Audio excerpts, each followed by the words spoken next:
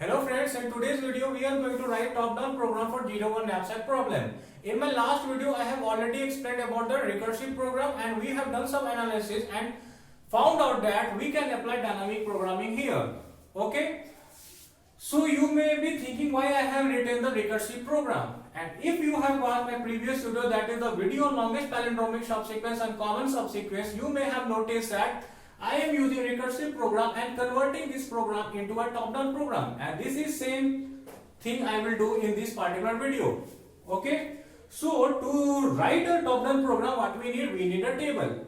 And why we need a table? Actually, if we calculate a value, then we are going to store that particular value in the table, so that if I have to calculate that value again, we will directly take it from my table. Otherwise I will have to calculate it once again. Okay. So for table, what we need? We need table dimension.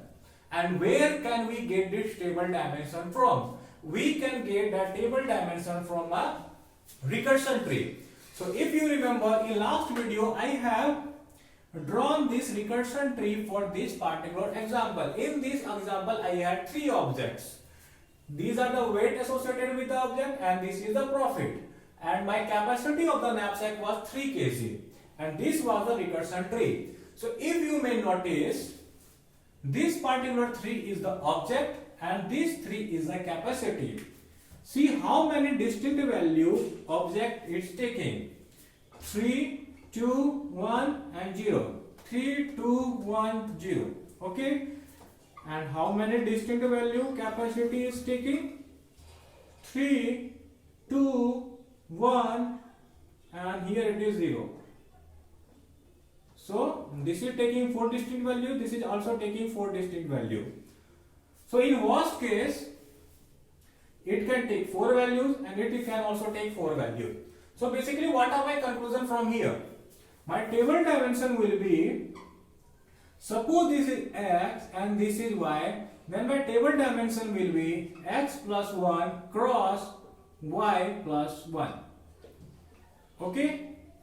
This will be my table dimension. And in every table, as this is a top-down code, we need an identifier. And why we need an identifier? To see that whether we have calculated that value previously or not. And if we have calculated that value, then we are going to pick that particular value from our table and going to return directly. So, as you can see here, this is the table for code. What I am doing here? Minus 1 into capacity plus 1, that is, it will keep the track of column, and here P is the number of objects I have. This is the profit matrix and the number of items here denotes my object. So length of P plus 1. So basically what it is going to do is, as here x is equal to 3 and y is equal to 3, that is object equal to 3 and capacity equal to 3, my table will be formed something like this. I will have 4 rows and 4 columns. 0, 1, 2, 3. Each of the values will be initialized with minus 1. And this will be the object. And here in y-axis we will be representing capacity. So this is what is going to happen after execution of this particular line. Okay. Now what we are going to do is, we are going to convert this particular code into a top-down code. And how we can convert it? See, wherever we are returning, instead of returning, we need to first store that particular value in my table. Okay? So what I am going to do here is, first of all, I will update in tab of obj, comma, capacity, this value. Okay? And in next line I will return this particular value. Tab of obj capacity. And here also you can see that I am returning. So what I will do? I will not return. First I will store these particular values. Okay. Tab of obj capacity. I will store it in particular table, and in next line what I will do is, I will return tab of obj or capacity. Here also I am returning. Here you can return or not return. The things will be same. So first of all, what I will do? I will update in tab of obj capacity equal to 0, and in next line I will return tab of obj capacity.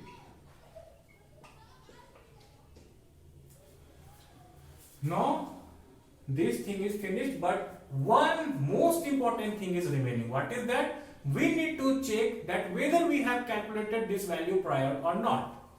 So now what I am going to do? If tab of obj comma capacity is not equal to -1, that means I have updated this particular value. And if I have updated this particular value, then what I will do is I will return tab of obj capacity. So this is my top-down code for 01 knapsack problem. And if you will do a dry run for this particular code on this object and with this capacity, you will not get this particular subtree. So this is how top-down code is going to save us time. So friends, if you have liked this particular video, then please like, share and subscribe. And in next video I am going to write bottom-up program for the 01 knapsack problem. And thanks a lot for watching.